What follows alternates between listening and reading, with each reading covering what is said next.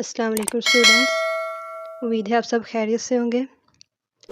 Last video में हमने exercise 1.5 के 4 क्वेश्चन कंप्लीट किए थे यहाँ तक। आज हम स्टार्ट करेंगे क्वेश्चन नंबर 5। क्वेश्चन नंबर 5 क्या है? Determine whether the given matrices are multiplicative inverse of each other.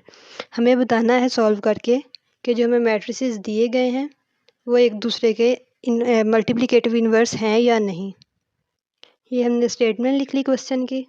अब ये कैसे बताना है कि मल्टीप्लिकेटिव इन्वर्सेस हैं या फिर नहीं।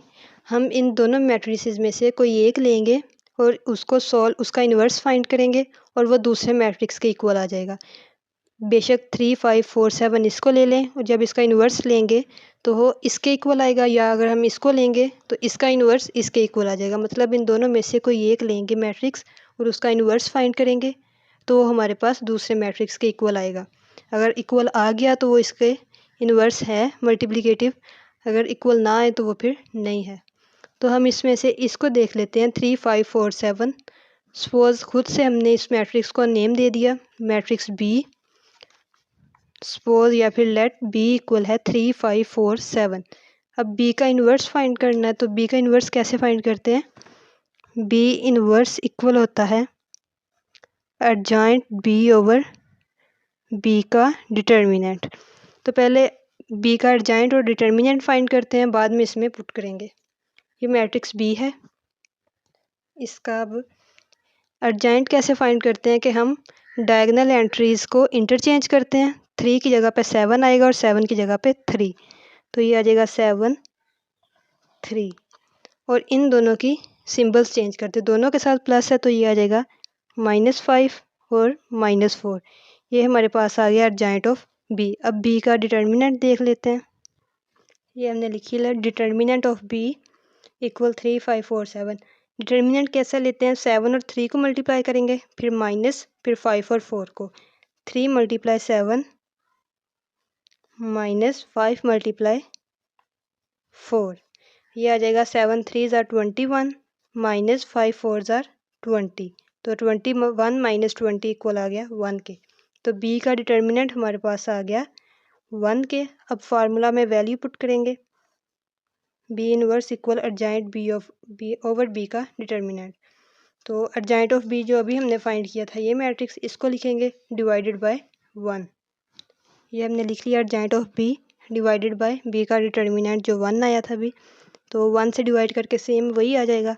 तो ये हमारे पास बी इनवर्स आ गया 7 - 5 - 4 3। तो अब ये देखते हैं दूसरे मैट्रिक्स के इक्वल आया है या नहीं।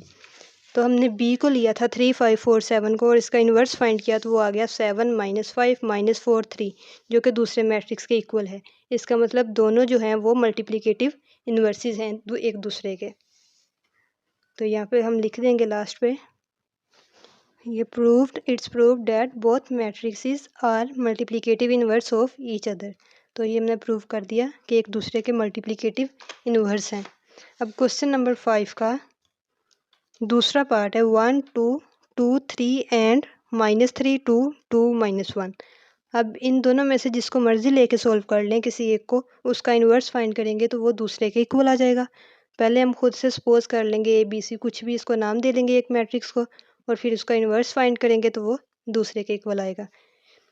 नेक्स्ट देखते हैं क्वेश्चन नंबर 6। ये आप खुद देख लें, अगर कहीं से सॉल्व ना हुआ तो आप पूछ लें।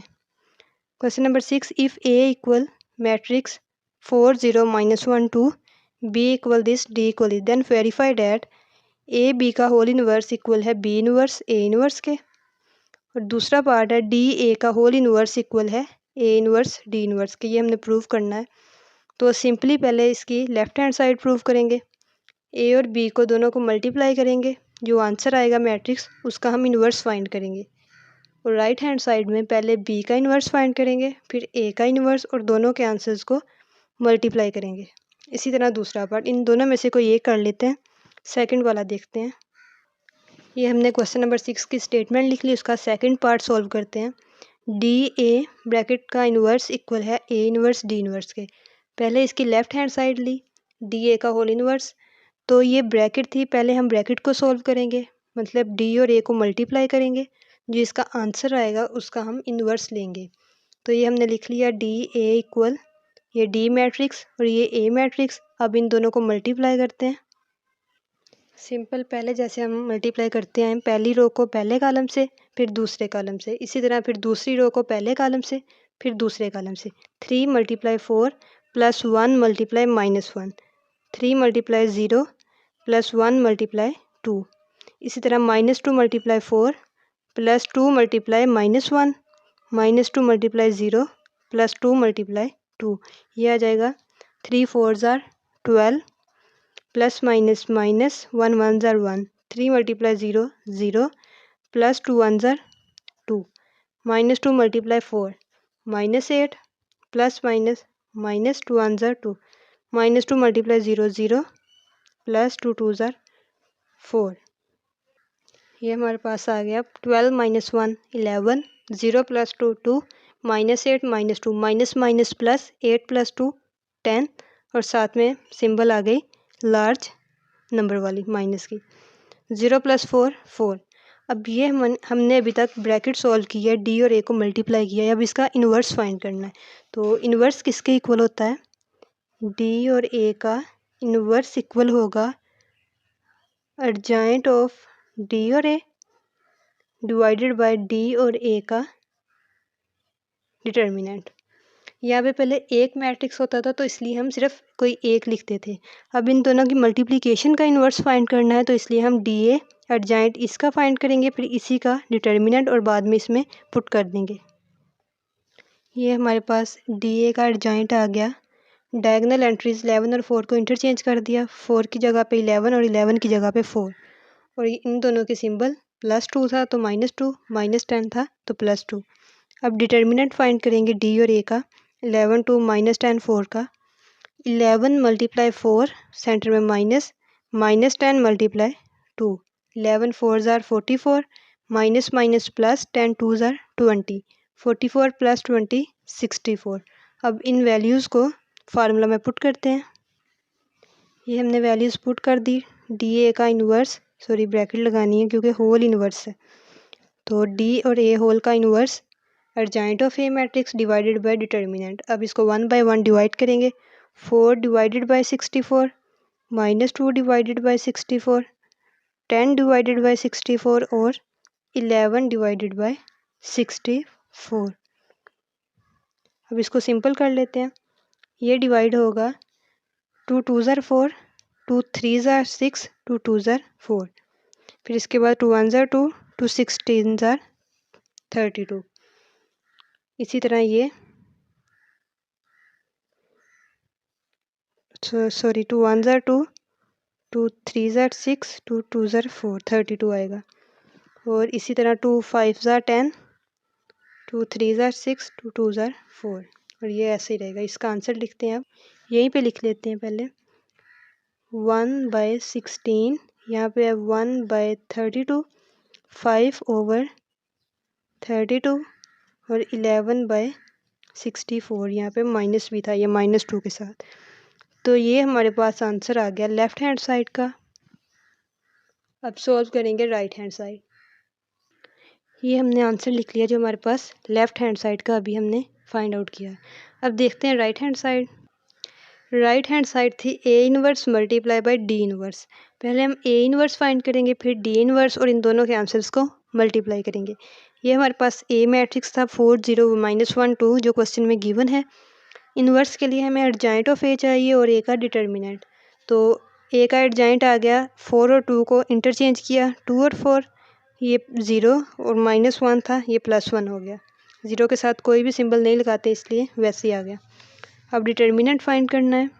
ए का 4 0 -1 2, तो डिटर्मिनेंट में हम इनको मल्टीप्लाई करते हैं। 4 × 2 -1 × 0, 4 2 ज़ार 8, माइनस माइनस प्लस 1 0 0, तो 8 इसका आ गया डिटर्मिनेंट। अब A inverse equal adjoint A of A का डिटर्मिनेंट। एडजॉइंट ए की जगह पे हम ये वैल्यू पुट कर देंगे एडजॉइंट की, डिवाइडेड बाय डिटर्मिनेंट 8।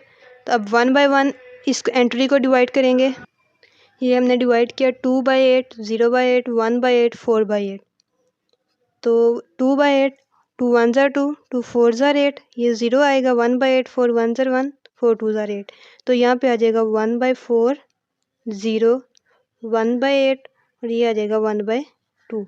ये हमारे पास आंसर आ गया ए इनवर्स का। अब हम निकालते हैं डी इनवर्स। ये हमने लिख लिया, डी हमारे पास था 3 1 -2 2। इसका एडजाइंट फाइंड किया, 3 और 2 को इंटरचेंज करेंगे, ये 2 आ गया, यहाँ पे 3 आ गया और 1 के साथ प्लस था तो माइनस हो गया, ये माइनस था तो प्लस आ गया। अब इस डी का डिटर्मिनेंट फाइंड करते हैं। 3 × 2 -1 × -2 या फिर -2 × 1। 3 2 ज़ार 6 माइनस माइनस प्लस 2 1 ज़ार 2 इक्वल आ जाएगा 8 के। अब D inverse equal adjoint of D over D का डिटर्मिनेंट, तो एडजाइंट ऑफ डी पुट करेंगे डिवाइडेड बाय 8। 1/1 डिवाइड करते हैं 2/8 -1/8 2/8 3/8। तो ये आ जाएगा 2 1 ज़ार 2 2 4 ज़ार 8। इसी तरह ये, तो ये एज इट इज़ आ जाएगा, इसका आंसर लिखते हैं हम। ये हमारे पास वैल्यू आ गई डी इनवर्स की 1/4 -1/8 1/4 3/8। अब राइट हैंड साइड थी A inverse multiply D inverse. अब हमने ए इनवर्स भी फाइंड कर लिया, डी इनवर्स भी।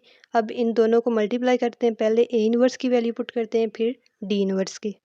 तो अब इसको मल्टीप्लाई करेंगे 1/4 मल्टीप्लाई 1/4 1/4 मल्टीप्लाई 1/4 सेंटर में प्लस 0 मल्टीप्लाई 1/4 फिर 1/4 मल्टीप्लाई -1/8 मल्टीप्लाई -1/8 फिर प्लस, इनको ब्रैकेट लगा लेते हैं ताकि आसानी रहे समझने में, 0 मल्टीप्लाई 3/8। इसी तरह 1/8 multiply 1/4 plus 1/2 multiply 1/4।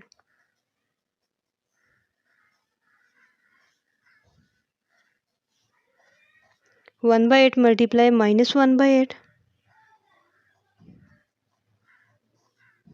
Plus 1/2 multiply 3/8। अब ये हमारे पास 1/4 मल्टीप्लाई 1/4, ये ऐसे 1/4 मल्टीप्लाई 1/4 1 1 ज़ार 1 ओवर 4 4 ज़ार 16। तो ये आ जाएगा 1/16 प्लस 0 मल्टीप्लाई 1/4 0। इसी तरह ये 1/4 मल्टीप्लाई -1/8, तो ये आ जाएगा प्लस माइनस माइनस 1/8 4 ज़ार 32 -1/32 और ये प्लस 0 मल्टीप्लाई 3/8 0। ये था 1/8 मल्टीप्लाई 1/4, तो ये आ जाएगा 1/8 4 ज़ार 32 प्लस 1/2 मल्टीप्लाई 1/4 1/4 2 ज़ार 8। इसी तरह 1/8 -1/8 प्लस माइनस माइनस 1 ओवर 8 8 ज़ार 64। ये प्लस 1/2 मल्टीप्लाई 3/8, ये ऐसे 1/2 मल्टीप्लाई 3/8। तो 3 1 ज़ार 3 ओवर 8 2 ज़ार 16 3/16। अब इनको आंसर निकालते हैं। 1/16 प्लस 0 1/16 -1/32 प्लस 0 -1/32। अब 32 ये 8, इन दोनों का जब हम एलसीएम लेंगे तो हमारे पास आएगा 32।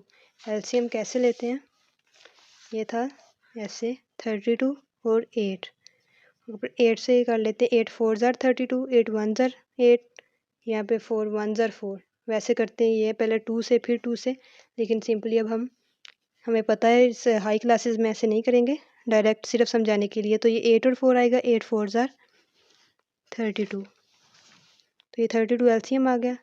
यहाँ पे 32 था तो ऊपर 1 एज इट इज़ प्लस, यहाँ पे 8 है तो ये 32 है।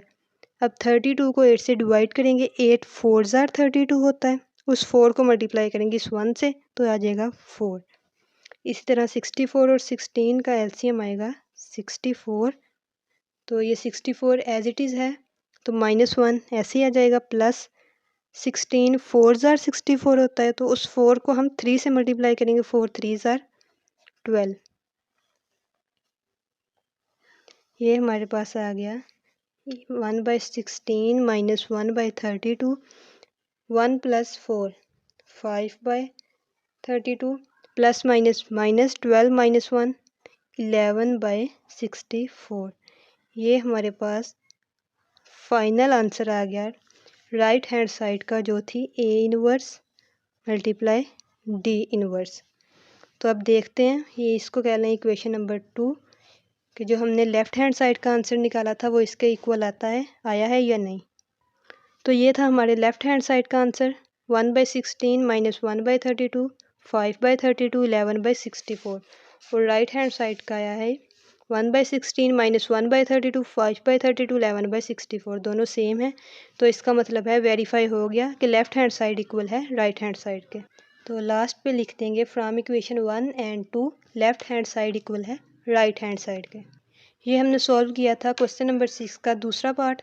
तो पहला पार्ट भी बिल्कुल सेम है, वहाँ पे ए और बी को पहले मल्टीप्लाई करना है, फिर उसका इन्वर्स फाइंड करना है, और फिर इसका इन्वर्स फाइंड करेंगे तो ये लेफ़्ट हैंड साइड का रिजल्ट आ जाएगा। और राइट हैंड साइड के लिए पहले बी मैट्रिक्स का इन्वर्स फाइंड करेंगे, फिर ए का, और इन दोनों के इन्वर्सेस को मल्टीप्लाई करेंगे तो दोनों का आंसर इक्वल आएगा, जिस तरह हमने ये 2 वाला किया था। तो यहाँ तक कंप्लीट हो जाती है हमारी एक्सरसाइज 1.5।